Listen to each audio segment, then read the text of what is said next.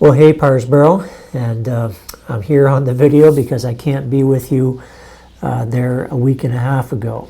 And I'm sorry for that, but the good news is I am, and the rest of Moncton, we are out of our red zone. We're back into the yellow, so we are free to come and go with no worries. We've flattened the curve again here.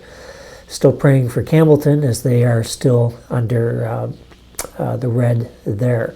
But I can come and go as I please now, and I am looking forward to coming down there November 15th and preaching, spending some time there. My wife Rhonda's coming down, and I guess we're going to be leading the service there as well, as her and I are going to lead the worship. Looking forward to that. I do hope we have a chance to sit down as well. We're in no rush on Sunday at all, so if you want to chat, either one-on-one or as a board, I'd love to do that. All right, so this video is kind of sum up where we were just a week and a half ago there on the failed Zoom on the conference call there. So really the intention of that meeting was just to kind of set up a preliminary timeline for where we're going, how to get there, and some breakage in how we are to pattern that over the next little bit. So we're still dealing with a lot of fuzziness here because there's a few things we don't know. And one of the big things we don't know yet is what is the picture of the church that we want to work towards. And so we set up a little timeline and decided that we could relaunch or put things together and make that picture work for September the 12th, on Sunday, September the 12th. So we don't have quite a year. We've got about 11 months, I guess almost 10 months now. And so what are we going to do? How are we going to break that down? Well, as I said, one of the first things we need to do is kind of come up with a picture of what do we want the church to look like come September 12th and that first year after a reboot, so to speak. So part of that is just letting our imaginations, letting our hearts, letting our spirit trying to figure out if we were to have a perfect church, what would it look like? Of course, no one can have a perfect church, but what is it that you want as a church? What is it that your neighbors need for a church? What kind of church do we want that we would be proud to invite people out to church? Because that's really how a church grows. Once you reboot, retool, reopen, do a grand opening, so to speak, there will be people that will come in just because they're curious. They want to see the change. They want to see what's going on. There's a new vision. There's a new way of doing things, and people will come. For example, here at New Hope, we launched on June the 28th, our first Sunday. And so we went from an average of about 50 people to 100 just right away. Now we attracted many more than that. We've probably had about 450 people through our building since June 28th. Some were just curiosity seekers, some were from other churches that came in, some were part of our community. Many have stayed. So even though we're averaging about 111 on the books now, we have as people that come either once a week, every other week, once a month or so. We've got about 200 people on the books now, where we only had about 50 before. That is a result of just relaunching. And that will happen with Parrsboro Baptist Church as well. But after time, and we're approaching that here at New Hope, being in the building here for several months now, now we're getting to the point where the newness has rubbed, the newness, the new car smell, so to speak, has dissipated. And now we're left with, okay, we're really proud of this. We've got good things going on here. We have some solid worship. We've got pretty good preaching, and we've got a really good kids program. And we're really proud of what's going on here. Let's take that now and start inviting people out to see what's going on here. And with Parrsboro, it's got to be the same thing. People won't invite people to church unless they're proud of what the church is all about. And so it's easy to invite people to church. It's easy to pass out an invitation. It's easy to have events where you want to draw people in when you're really proud of what is going on in the church. So we need to come up with that picture. And as I said before, with Buckingham there as well. I in no way want to force what I think you should be onto you. But what I would like to do is kind of share with you some things that certainly have worked for me in the past, what I've seen others do to work. And every church that I have helped out and churches that I have replanted they've all had a different flavor. And so I'm really keen on that. What flavor, what style, what look works for Parrsboro Baptist Church? What is it that the community will just be drawn to? What is it that you will be proud of to bring people? The last thing we want to do is take something that may have worked in Toronto, bring it in there, and it is just so foreign to not only the people that are there now, but the community, that you're like, well, you're just trying to be something that you're not, and it just is not authentic. We need to be authentically Parrsboro. What's going to work there? So we need to continue working on the picture of what that's going to be. And the clearer that we can be on what we're going to be, the easier it's going to be to obtain that come September the 12th.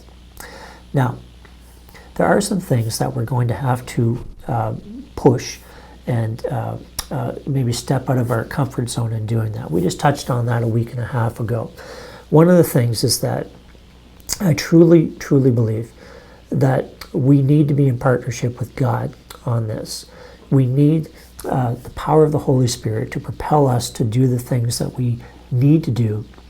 And so I truly believe that the church works best when we do as much as we can, but we put our faith in God in big ways. In other words, when we go bigger than what we think could possibly happen, trusting in God for the results. Now, I'm not saying we do something that's totally unrealistic, but there may be some things that are major doubts in your mind, things you think, you know what, I'm just not sure if we can do this, or we're coming from this point here, I can't see this getting turned around, or I never think that we could put together a kids program, or I'm not sure if we could ever put together quality worship service. Well, those are things that if we have doubts, we need to trust God, that God, we're taking some faith steps here. We are going to turn this thing around. We're going to turn around the story of Parrsboro Baptist Church. We're going to reclaim the glory of the past. And we're going to do these things. And I do believe that when we do, God honors by blessing us with things that we never would have thought possible on our own power. Because quite frankly, they aren't. The fact is that when we take faith steps, it honors God. God blesses that, but also people in the community say, you know what? This is. I see this. I see that these people are putting their faith in God. They're putting their money where their mouth is. They're walking the walk here. They're saying, yes, we are going to step out in faith, that we can have these things in place by September the 12th, and we will be ready to meet the community there. And so I encourage you to, as we process this, to don't shy away from taking some faith steps. I believe that in my ministry, some of the greatest blessings have been challenges that we've just put out there for us as individuals and as a church to say, we can't do this on our own, but let's trust God. Let's make the decision that we are going to have, and we did this at New Hope. We didn't have anything but a prayer when it came to worship. Our worship was still stuck in the 1800s, let alone the 20th century. And we thought, how in the world can we possibly have a worship team? Well, we put that to prayer. We said, God, our desire is that we want solid, good worship. And we want it to make sense here too. We don't want to push everybody away that likes the classics, but we want to draw people in that want the modern stuff as well. Bring us the people that we need for this. Well, I prayed that in Shediac, I prayed that in previous churches, and God has always honored that. God has brought that into place. Again, but it took some faith stepping, that we're going to open up, we're going to reboot, we're going to do this, and we're going to trust that God brings the pieces together that will make this happen. That's not to say that we didn't do a whole lot of work, and we're going to have to do that work in Parrsboro by just asking questions, seeing who's out there, seeing who plays the guitar, seeing who we have to work with here to make sure that we do our job in making those connections, and trusting that God is already going ahead of us and softening our hearts and working on the people that He wants to use to build this. I truly believe that God wants to see this church bloom and grow and thrive. So if we trust that He believes that and wants that, we need to believe that God's going to bring those ingredients together. I believe every single church needs to have a top quality kids program as well. If we're going to attract the younger folk, we're even going to attract people with grandchildren in the area, we need to have a good quality kids program. That's another thing that every single time I've done this, I just have not had the people to do that. And we've had to just put that to God too. God, we need this. If we're going to start, we need to have people that can help us out here. We don't know where it's going to come from, but you do. And we're going to trust them. So there's a balance between faith stepping and taking practical steps. We put it to prayer. We ask God for help, but at the same time, we just keep working the phone lines, messaging people on Facebook, asking questions to make sure that we're just beating the bushes to see who's out there that can help us. But always sharing with every single person that this is a great story. Parrsboro Baptist Church has a great history. And part of that history we're working on right now, and that is to turn things around and bring back the glory years of the past. And this church is going to survive and thrive. And wouldn't you like to be part of this? Wouldn't you like to be part of this journey? Wouldn't you like to be there at the ground level when we reboot and retool and get ready for September the 12th? So we work, but we also trust God for the results. So when we do good things, we need to expect that God will bear fruit with those things. So let's take a look at the timeline just for a few minutes. I'm not going to keep you that long here. I certainly don't want to busy up your day with a long video here. So I'm just trying to sum up here what we need to do. As far as the timeline, I've suggested that September the 12th, 2021 would be a good timeline. It's not a full year away. It's not a few weeks away. It's not a few months away. It's a good, strong 8 months. Now, having said that, that is not something that we can put in cement. I mean, there may be some setbacks, there may be some different things that come. We may think, you know what, we need a few more months on that. And I'm committed to walk with you as long as you want me to, and as long as this takes to get things where you want them to be. But September makes sense. That's when people are getting back into routine after the summertime. There's another time that things could reboot, and it's Christmas time. It's when people are starting to think about getting to church. Also, January is a good time. But, without prolonging things, I think 10 months from now on September the 12th might be a good plan here. So what do we do, and how do we break that down? Well, I suggested that from now, where are we here? We are almost Halloween. So from now until January 1st, we just do some prep. We just get to know one another. I get to know your hearts. We start clarifying that picture of what we want to be there. And we start preparing as far as not only getting that picture to become clearer and clearer of what we want to be, but start praying. Start praying as a board. Start praying as leaders. Start bringing some people into those discussions outside the board that need to start getting excited about these types of things.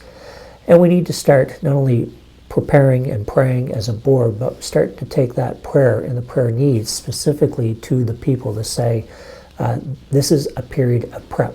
This is a time of gearing up for something. And we need to clarify that for the church, what that is. So again, bringing that picture, making it clear what we want to do and how we want to do it and what we want to be for September the 12th, and sharing with the entire church the plan. And the plan would be unveiled sometime around January. So we've got time as leaders, as a board, to kind of gel, get that package together, clarify that thing, and take it to the people. And once the people are on board, then we can start working on the community and just, again, beat the bushes to see who's out there and see folks that maybe used to come to Parrsboro Baptist that can come back.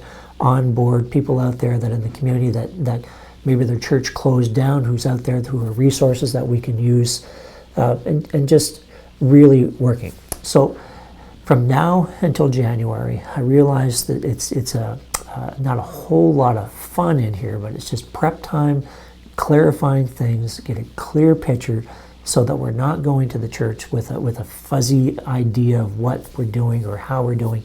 It's clear. This is the timeline, this is what we're going for, and this is what we expect from you, the church. So that's from now until January. From January till May would be putting things into action. It would be prayer and fasting, fundraisers, recruit workers, beat the bushes, work the communication lines to get the vision out there, start tweaking on signage. I understand I understand that the building's already been refreshed on the outside. It looks fantastic. That's great. Start looking at ways of freshening the things up on the inside as well, making a few changes here and there, and really talking about what we need to do to make sure that not only does the vision and the nuts and bolts of worship and kids program and other things are in place, but visually when people walk into that church, they can say, you know what, this church is really trying to do something here. It doesn't have to be over the top, crazy lights flashing and all those kind of things that some of the bigger churches have, but just a nice clean refresh to make sure that people know that we're doing something here. We're bringing this thing into 2020, but still leaving the classic signs that need to be there because Parrsboro is such a classic town there.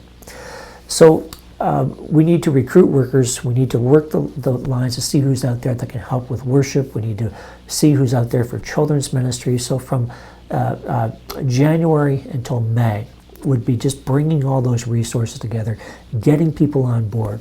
Now I want to address the prayer and fasting there as well. Every single time that I do a prayer and fasting, I never expect 100% participation in that. And that's just the way it is. Some people have different ideas of how to prepare their hearts for something big. Now understanding that this is something big. This is something that the church has needed to do and must do and will do. And this is big stuff, so we need unity. We need unity in the board, we need unity in the church, and we need unity in the community to say, hey, this is what Parrsboro Baptist is going to do. To get that unity, we need to unite around Christ. And how do we do that? I'm suggesting prayer and fasting, but I always give about 5 levels of participation in that.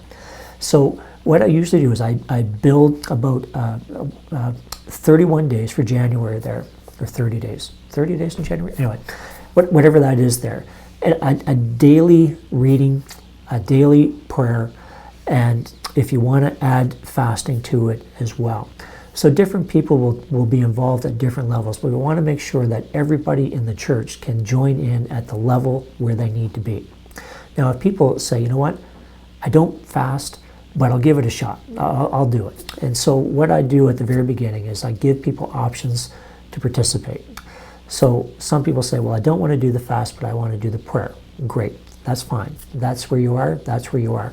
Some people say, I don't want to spend a whole lot of time on this type of thing, but I want to go along with the journey, so I'm just going to read through the suggested things there in the guide. That's great. Some people say, you know what, I'm not going to do it daily. That's fine as well. But the purpose of this is that we align ourselves with the will of God to make sure that the faith steps that we take, the practical steps that we take, everything that we take makes sure that we are aligned with God. When we align ourselves with God as a church, it also has a wonderful way of bringing unity to the church as well. It's a powerful, powerful moment. The other thing is, I do not believe that any church should venture down this road of rebooting and retooling and remaking themselves without going to God, without starting at the basics there and making sure that we are right with God, we're united with God, and we're doing this together. And that's why I feel that a time of prayer and fasting is so crucial. And sometimes we just have to step out of our comfort zone as well and say, you know, I don't do this, but I'm going to do this. I'm going to try. At some level here, I'm going to participate in this. It's been my experience that no matter where people do engage with that, it's it's so good for them. It's good for the church as well. Because if we're going to trust God for the results, we need to make sure that we are asking for God's help and His direction as we do our part as well. Okay? All right. So, I want to get back to, and just for a few minutes, we're at the 20-minute mark here, so I want to wrap this up here. The picture. The picture of what the church should look like on September the 12th. So a few things that I ran by you, and these are things that we need to wrestle with and clarify from now until January, is what do we want the worship to look like? How do we want the worship service to be patterned? Now, when Rhonda and I come down on the 15th of November there, I understand that I'll be doing the complete service there. I'll be putting ingredients in that need to be in, that are absolutely necessary that you want in. Otherwise, we're going to do the singing portion of the service. I'll do the preaching and the closing there. Now, you may take a look at what we do on November 15th and say, that's not what we want to do. But again, those are the conversations that we need to have to make sure that I am not in any way forcing you to do something that you don't think is going to work there. But we do need to start processing exactly that in the picture. What does worship look like? What's the feel that we want there?